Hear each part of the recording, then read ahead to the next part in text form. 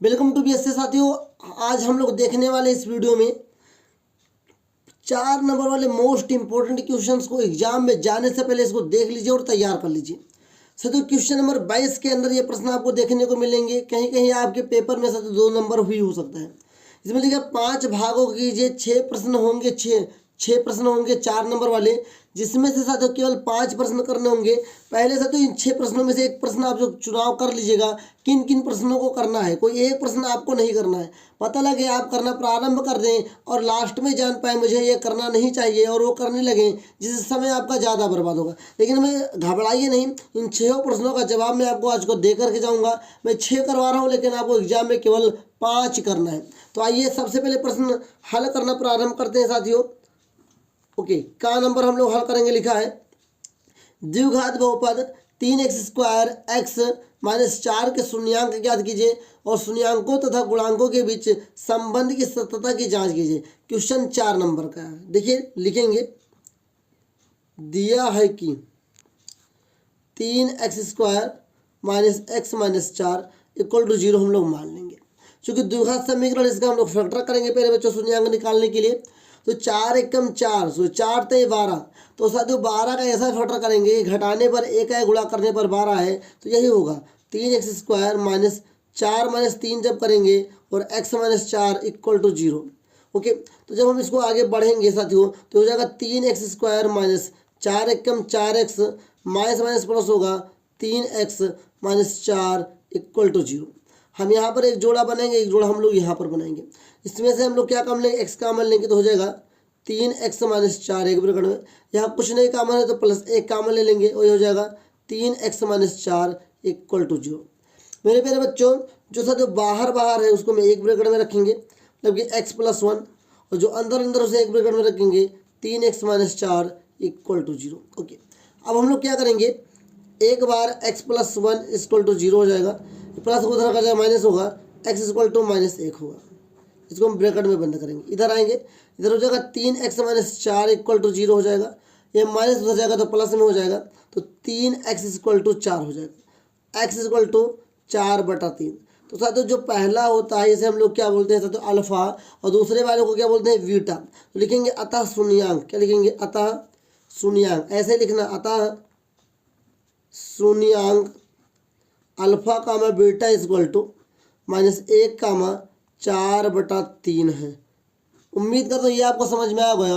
अब हम लोग साथियों इस शून्यांक को निकालने के बाद अब हम लोग सत्यता की जांच करेंगे। यहाँ पे एक लाइन खींचेंगे, आप अपनी कॉपी में इसको नेक्स्ट पेज पे करिएगा, मैं आपको बगल में कर रहा हूँ जिससे आपको जल्दी समझ में आए। तो यहाँ लिखेंगे साथियों, हम लोग सभी लोग लिखेंगे अपनी कॉपी में सत्यता की जाँच। सत्यता की जाँच लिखने के बाद प्यारे बच्चों सबसे पहला जो जाँच होता है वो योगफल का होता है। योगफल का जांच क्या होता है, ये होता है अल्फा प्लस बीटा = -b/a होता है प्यारे बच्चों। अल्फा का मान कितना है, -1 आया है तो -1 रखेंगे, प्लस बीटा का मान कितना आया है, 4/3 आया है, बराबर b कहाँ से आया है, तो जहाँ पर बीच में है ये b का काम करेगा। यहाँ पर ऐसा तो कुछ नहीं तो 1 मानेंगे, माइनस ऑलरेडी लगा है, माइनस का 1 हो जाएगा। यहाँ पर a लिखा है, a का मान कितना है प्यारे बच्चों, 3 है, यहाँ पे 3 हो जाएगा। तो 3 एकम 3 लिखेंगे, तो यहाँ पे -3 + 4/3 और ये हो जाएगा माइनस प्लस 1/3। तो मेरे बच्चों प्लस माइनस क्या हो जाएगा, ये 4 में से 3 जाएगा तो 1/3 बराबर क्या हो जाएगा, 1/3। यहाँ लिख देंगे LHS बराबर क्या, RHS, हैंस वेरीफाई, क्या हैंस वेरीफाई। तो मेरे प्यारे बच्चों ये था साथियों शून्यांकों के योगफल का सत्यता की जांच। अब हम लोग हल करेंगे इसके गुणांकों का, मतलब कि इसके योगफल के बाद साथियों गुणनफल का सत्यता की जांच करेंगे, तो तभी इसका सवाल जवाब सही निकलेगा। ध्यान दीजिएगा, तभी आप समझ पाएंगे। तो ध्यान दीजिए, अब हम लोग क्या हल करेंगे, आप अपनी कॉपी में इसके नीचे करिएगा, इसके नेक्स्ट पेज पे करिएगा। मैं इस साइड में कर रहा हूँ, लिखूंगा गुणनफल। क्या लिखूंगा साथियों, पहले ध्यान दीजिएगा, गुणनफल। दूसरा होता है गुणनफल का सूत्र होता है अल्फा बीटा = c/a। अल्फा का मतलब साथियों यहाँ पर 1 माइनस का रखेंगे, बीटा का मतलब साथियों यहाँ पर 4/3 रखेंगे, बराबर सी यहाँ पर साथियों देखे रखा -4 तो -4 रखेंगे प्यारे बच्चों, और a यहाँ पर साथियों 3 देखे रखा, हम लोग यहाँ पर 3 लिख लेंगे। तो 4 एकम 4 हो जाएगा, -4/3 बराबर -4/3। तो मेरे प्यारे बच्चों ये क्या हो गया, यहाँ पर भी आ गया LHS बराबर RHS, क्या लिखेंगे, हैंस वेरीफाई। और इतना सिंपल सवाल है, इतना सवाल जब आप करेंगे तो मेरे प्यारे बच्चों ये 4 नंबर आपको मिलेंगे। और इस प्रकार का एक ना एक प्रश्न आपके एग्जाम में देखने को मिलेगा, इसलिए अच्छी तरीके से तैयार कर लीजिए। इस चैप्टर से एक ना एक सवाल आपको देखने को जरूर मिलेगा। तो आइए इसी क्रम में आगे बढ़ते हैं और इससे अगले प्रश्न को हल करते हैं। अब मेरे प्यारे बच्चों क्वेश्चन नंबर खा लिखा हुआ है, निम्नलिखित रैखिक समीकरणों के युग्म को हल कीजिए। क्या देखिए रखा साथियों, ये देखिए रखा है 0.2x plus 0.3y equal to 1.3। तो मेरे प्यारे बच्चों क्या करेंगे हम लोग, यहाँ से एक मानेंगे, इसके नीचे एक मानेंगे, उसके नीचे भी एक मानेंगे। पॉइंट हटेगा, एक जीरो बढ़ेगा, क्योंकि पॉइंट के बाद एक अंक है, यहाँ पर जीरो बढ़ेगा और यहाँ पर भी जीरो बढ़ेगा। तो कितना हो जाएगा साथियों, ये हो जाएगा आपका 2x/10 हो जाएगा प्लस 3y/10 हो जाएगा प्यारे बच्चों, बराबर 13/10 हो जाएगा। अब ले 10 कामन है तो हम लोग क्या करेंगे साथियों, 10 कामन ले लेंगे, ऊपर हो जाएगा साथियों 2x प्लस 3y बराबर 13/10। ये 10 से 10 कट जाएगा प्यारे बच्चों, तो ये क्या हो जाएगा आपका, ये हो जाएगा 2x प्लस 3y बराबर 13। समीकरण हम लोग इसे 1 मानेंगे। उसके बाद यहाँ पे और देखिए रखा है प्यारे बच्चों, देखिए रखा है आपका 4, यहाँ ध्यान दीजिएगा तभी समझ पाएंगे। 4x और यहाँ पे गलत छपा हुआ है, यहाँ पर क्या था, यहाँ पर भी प्लस होगा प्यारे बच्चों, क्या होगा, प्लस होगा। तो यहाँ से इस सवाल को हम लोग नोट कर लेंगे, लिखा हुआ है साथियों, यहाँ पर दूसरा समीकरण होगा 0.4x प्लस 0.5y ओके बराबर में -0.7।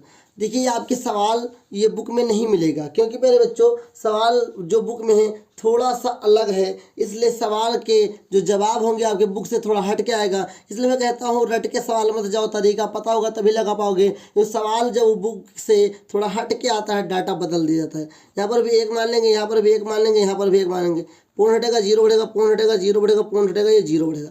तो क्या हो जाएगा, ऊपर हो जाएगा साथियों 4x/10 प्लस 5y/10 बराबर -7/10। मेरे बच्चों यहाँ पे 10 कामन ले लेंगे, वो क्या बचेगा 4x प्लस 5y बराबर -7/10। 10 से 10 काट लेंगे तो क्या बचेगा 4x प्लस 5y बराबर -7। समीकरण 2, हमने समीकरण इसको 1 माना, इसको हमने 2 माना। और आइए इस समीकरण 1 और 2 को हल करते हैं और x और y की वैल्यू को निकालते हैं। ये 4 नंबर का प्रश्न है, इसे थोड़ा सा तो मेहनत करना ही पड़ेगा। तो यहाँ लिखेंगे साथियों, ध्यान से देखिएगा।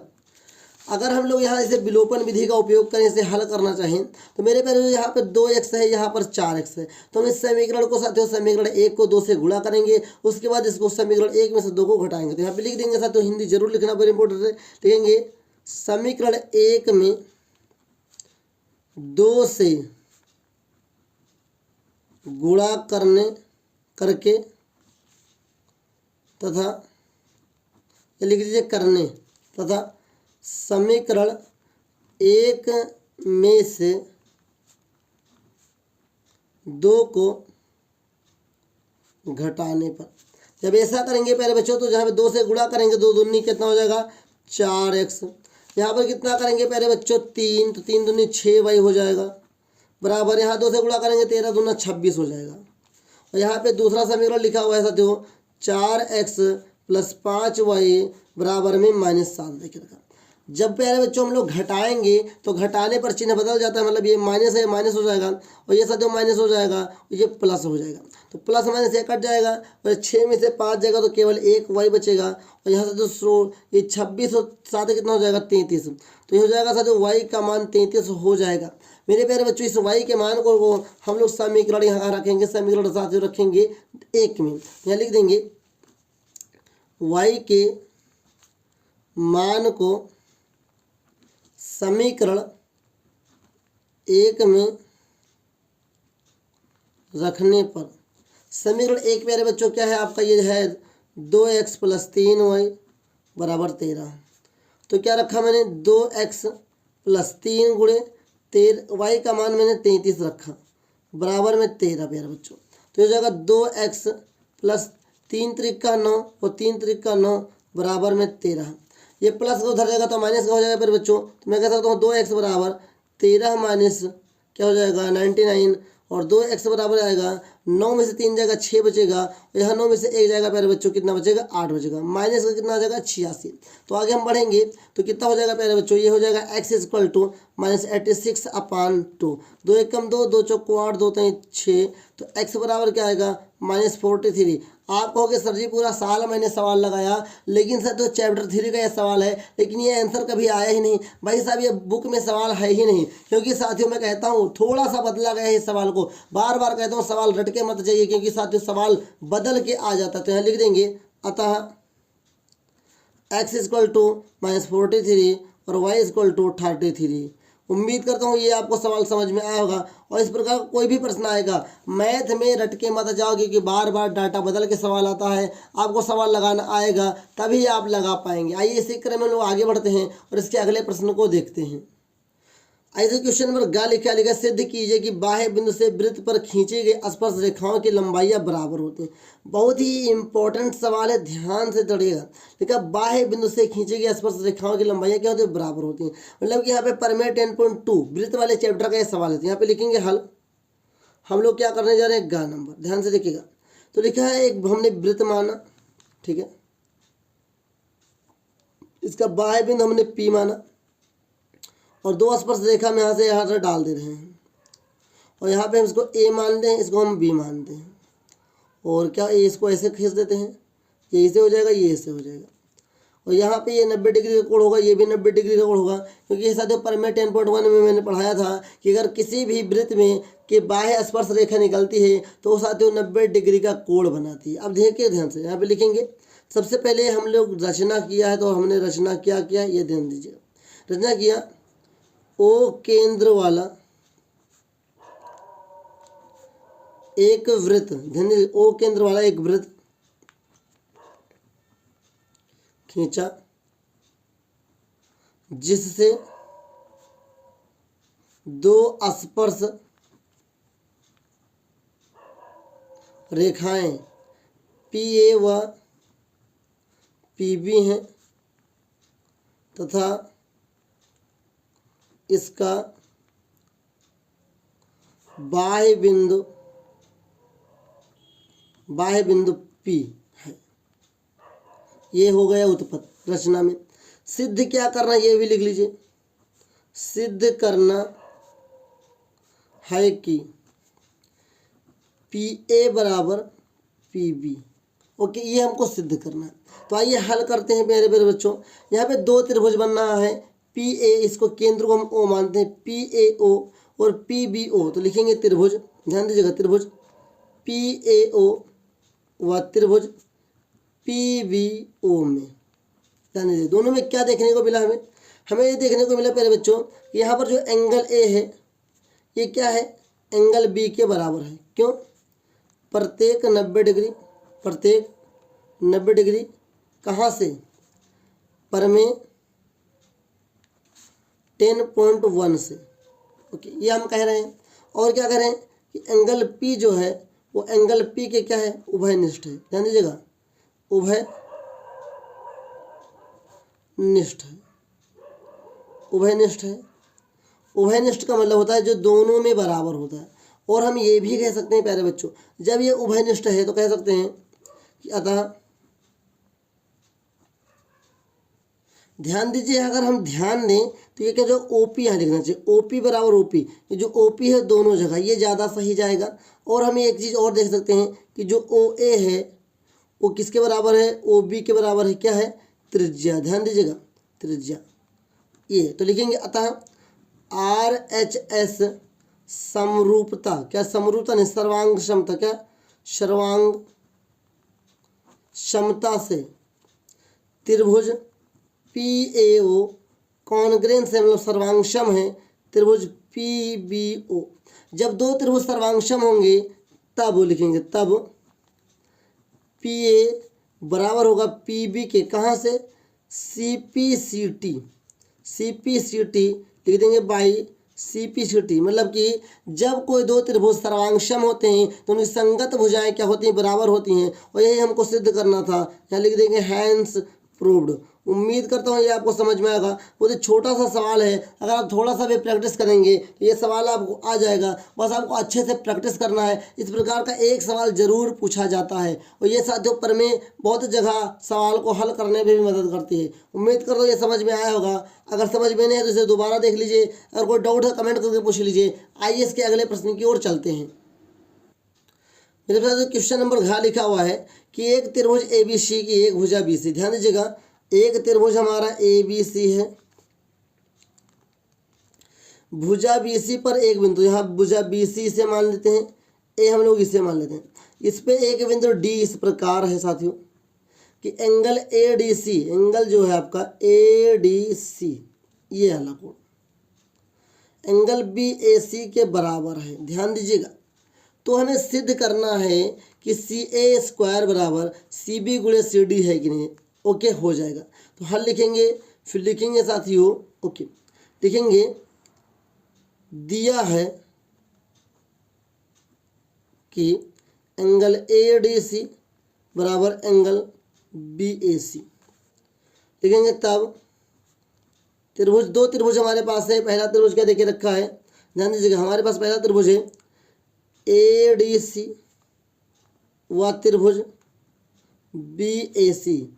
इन दोनों में अगर हम बात करेंगे तो पहला कोण हमारा ये बराबर हो जाएगा ADC बराबर है एंगल प्यारे बच्चों BAC के। ये हमारा सवाल में दे के रखा है, लिख लेंगे दिया है। और एंगल साथियों C जो है बराबर एंगल C के, एंगल C जो है एंगल C के बराबर होगा। क्यों, ये उभयनिष्ठ है प्यारे बच्चों, क्या है, उभयनिष्ठ है। उभयनिष्ठ मतलब जो दोनों त्रिभुजों में कोण आ गया उसे उभयनिष्ठ कहते हैं। जो दोनों त्रिभुजों में आएगा उसे साथियों उभयनिष्ठ कहते हैं। तो हम लोग कह सकते हैं कि अतः AA मतलब कोण कोण समरूपता कसौटी से, समरूपता कसौटी से त्रिभुज ADC समरूप है त्रिभुज BAC। जब दो त्रिभुज समरूप होंगे तो उनके साथ जो संगत भुजाओं का अनुपात बराबर होता है। मतलब हम लोग कह सकते हैं प्यारे बच्चों क्या होगा कि CA, ध्यान दीजिएगा, CA बटा CD बराबर, यहाँ पर क्या होगा प्यारे बच्चों, यहाँ पर आपका होगा CB, क्या होगा CB बटा CA। पहले हमने के लिए CA बटा CD, यहाँ पर हमने लिया CB बटा CA। तो हम लोग क्या करेंगे, लिख देंगे यहाँ पे तिर्यक गुणा करने पर, क्या, तिर्यक गुणा करने पर। थोड़ा आप लोग राइटिंग का विशेष ध्यान रखिएगा एग्जाम में। तिर्यक जब गुणा करेंगे प्यारे बच्चों क्या होगा, इसका हम लोग इससे गुणा करेंगे। तीर आप लोग एग्जाम में मत बताइएगा, मैं समझाने के लिए बना रहा हूँ। जब इसको इससे गुणा करेंगे C एक जैसा है, A एक जैसा है, तो हो जाएगा CA का होल अब स्क्वायर बराबर, इसको इससे गुणा करेंगे ये हो जाएगा CB का गुणे CD। और यही हमको सिद्ध करना था, ये हमारा सिद्ध हो गया। हैंस प्रूव्ड, क्या हो गया, हैंस प्रूव्ड, हैंस प्रूव्ड। उम्मीद करता हूँ ये आपको सवाल समझ में आया होगा और आपके एग्जाम में आएगा तो आप अच्छी तरीके से लगा के जाएंगे और लगाएंगे भी साथियों। प्रैक्टिस कर लीजिएगा, इस प्रकार का एक ना एक सवाल जरूर आता है। मैं इतने बार इस प्रकार के सवाल को लगा चुका हूँ और आप भी लगा चुके होंगे। अगर आप मेरे साथ लगा रहे होंगे तो आपको याद हो गया होगा इस प्रकार के प्रश्न। बस आपको प्रैक्टिस करना है। लास्ट टाइम जो भी मैं बता रहा हूँ बस एक बार रिविजन कर लीजिए। मोस्ट इंपॉर्टेंट क्वेश्चन है इसलिए मैं बता रहा हूँ। आइए अगले प्रश्न की ओर चलते हैं। मेरे पेपर में जो क्वेश्चन नंबर अंगा लिखा हुआ है कि निम्नलिखित बारंबारता सारणी का माध्य ज्ञात करना। माध्य ज्ञात करना है तो सबसे पहले हल लिखिए मेरे बच्चों। हल लिखने के बाद इस सारणी को बना लीजिए। सारणी को मैं सबसे पहले क्या देखिए रखा, वर्ग अंतराल। तो सबसे पहले हम लोग क्या बनाएंगे, लिखेंगे यहाँ पे वर्ग अंतराल, ओके। उसके बाद क्या देखिएगा, बारंबारता। हम लोग यहाँ पे बारंबारता भी लिख लेंगे, ओके, बारंबारता। उसके बाद चूंकि जब माध्यक निकाला जाता है प्यारे बच्चों तो संचयी बारंबारता की भी जरूरत पड़ती है। तो लिख लो संचयी बारंबारता, ओके साथियों। अब वर्ग अंतराल लिख लीजिए, 15 से 20, 20 से 25, 25 से 30, 30 से 35, 35 से 40, 40 से 45, ओके ध्यान दीजिएगा, और 45 से 50 जो यहाँ पे सवाल में देखे रखा है। बारंबारता कितना देखे रखा है, ये 14 देखे रखा है, 56 देखे रखा है प्यारे बच्चों, ये 60 दे के रखा है, ये फिर 60, ये फिर दे के रखा 86, फिर दे के रखा 74, फिर दे के रखा साथियों 62, फिर दे के रखा 48। अब आइए हम लोग काम करना शुरू करते हैं। संचयी वार्ता ने कैसे निकाला जाता है, ऐसे इसको पहले वाले को ऐसे लिख लेंगे, फिर हम लोग तीरिया को जोड़ते जाएंगे। तो जब 56 में 14 जोड़ेंगे तो कितना हो जाएगा, 70 हो जाएगा। 70 में 60 जोड़ेंगे 130 हो जाएगा। 130 में जब 86 जोड़ेंगे तो 216 हो जाएगा। 216 में जब 74 जोड़ेंगे प्यारे बच्चों तो 290 हो जाएगा। 290 में जब 62 जोड़ेंगे तो साथियों 9 6 15, 300 साथियों 52 हो जाएगा। और 352 में जब 48 जोड़ेंगे तो ये 400 हो जाएगा प्यारे बच्चों। तो ये क्या होता है, यन का मान होता है प्यारे बच्चों। तो हम लिख देंगे कि n = 400, तब n/2 कितना हो जाएगा, 400/2, मतलब कि साथियों 2 1 कम 2, यहाँ पे 200 हो जाएगा। ओके, 200 अब हम इसमें संचयी वार्ता में ढूंढेंगे। 200 से कम नहीं होना चाहिए और 200 से ज़्यादा नहीं होना चाहिए, उसके अनुसार लिया जाता। तो जब 200 के पास में चलेंगे तो 200 से कम है 130 हम लेंगे नहीं, 200 के करीब क्या है 216 है, तो हम इसको लॉक करेंगे। 216 वाले को हम ऐसे पूरा का पूरा लॉक कर लेंगे और यहीं से अपना काम बनेगा प्यारे बच्चों। तो साथियों मेरे प्यारे बच्चों, जो इसके ऊपर वाला होता है जो हम लोग लॉक करते हैं, ये CF का काम करता है, मतलब संचयी वार्ता हम लोग 130 लेते हैं। तो हम लोग यहाँ पर लिख लेंगे कि CF का मान कितना हो जाएगा, 130 हो जाएगा प्यारे बच्चों। और जो ये होता है इसे हम F का मान लेते हैं, F का मान 86 हो जाएगा प्यारे बच्चों। जब यहाँ पर आते हैं ये जो होता है इसे हम L बोलते हैं, L का मान 30 हो जाएगा। इसे हम लोग साथियों क्या बोलते हैं, इसके बीच के अंतर को H बोलते हैं। H का मान प्यारे बच्चों कितना हो गया, 5 हो गया। तो आइए अब हम लोग माध्यक निकालना प्रारंभ करते हैं। तो यहाँ लिखेंगे माध्यक, माध्यक का सूत्र होता है प्यारे बच्चों L प्लस ब्रैकेट में n/2 माइनस CF अपान साथियों क्या होता है, F होता है, गुणे में प्यारे बच्चों H होता है। ध्यान से देखिएगा तभी समझ पाएंगे। L का मान प्यारे बच्चों कितना देखे रखा, 30 देखे रखा, 30 लिखेंगे। और n/2 का मान साथियों 200 आया, 200 लिख लेंगे। और माइनस CF का मान कितना है, 130 आया है। और यहाँ पर साथियों F का मान कितना है, 86 आया है। और H का मान कितना है, 5 आया है। ध्यान से देखिएगा तभी आप समझ पाएंगे। तो मेरे प्यारे बच्चों 30 हो गया, प्लस यहाँ पर जब 200 में से 130 जाएगा तो प्यारे बच्चों कितना बचेगा, 70 बचेगा। यहाँ हो जाएगा 86, गुणे का ये 5 हो जाएगा प्यारे बच्चों। तो ये हो जाएगा 30 प्लस 7 5 35, 350 हो जाएगा। और नीचे कितना देखिए रखा, 86। अब हम 350 को 86 से भाग करेंगे और उसके बाद 30 में जोड़ देंगे तो अपना माध्यक निकल जाएगा। तो 350 को पहले हम 86 से भाग कर लेते हैं। ध्यान से देखिएगा, तो जब हम 86 से प्यारे बच्चों 350 को भाग करेंगे तो क्या रिजल्ट आने वाला है। तो 8 चौको 32 जाएगा, तो 4 बार में जाएंगे। 6 चौको 24 के 4 हाथ से लगेगा 2, 8 चौको 32, 2 34 हो जाएगा। यहाँ पर 6 बचेगा, पॉइंट लगाएंगे प्यारे बच्चों, ये 60 हो जाएगा। फिर पॉइंट लगाएंगे, 0 बढ़ाएंगे, ये हो जाएगा। अब 8 6 48, 800 से 56 क्या जाएगा, 800 से 56 प्यारे बच्चों, ये ज़्यादा हो जाएगा। तो 800 से 56 ज़्यादा हो जाएगा। तो हम लोग क्या करते हैं, 8 6 48, 6 बार में लेकर जाते हैं। 6 कम 36 से लगेगा 3, 8 6 48, 3 51 हो जाएगा प्यारे बच्चों। जोड़ेंगे तो यहाँ पर 4 बचेगा, या 9 में से 1 जाएगा तो 8 बचेगा।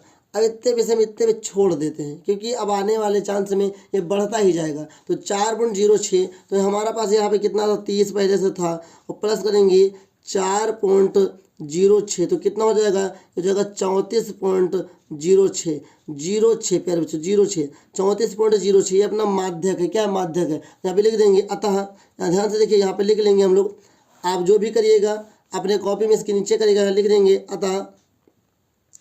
अतः माध्यक बराबर 34.06 है। उम्मीद करता हूँ ये प्रश्न आपको समझ में आया होगा। मोस्ट इंपोर्टेंट प्रश्न है माध्यक, माध्य और बहुलक, इन तीनों में से एक प्रश्न जरूर आता है आपके बोर्ड एग्जाम में, जो आपको 4 नंबर 2 नंबर और साथ 6 नंबर भी दिला के जाता है। तो आप प्रैक्टिस कर लीजिए, मोस्ट इंपोर्टेंट है, ये फार्मूला याद कर लीजिए आपके बोर्ड एग्जाम के लिए। बस आप प्रैक्टिस करके जाइएगा, आपका प्रश्न हो जाएगा। मेरे प्यारे बच्चों क्वेश्चन नंबर 6 लिखा, मतलब 4 लिखा हुआ, इसको हम लोग हल करेंगे। और इसे पासा वाला है, मतलब प्रायिकता वाले चैप्टर से सवाल लिखे रखा है।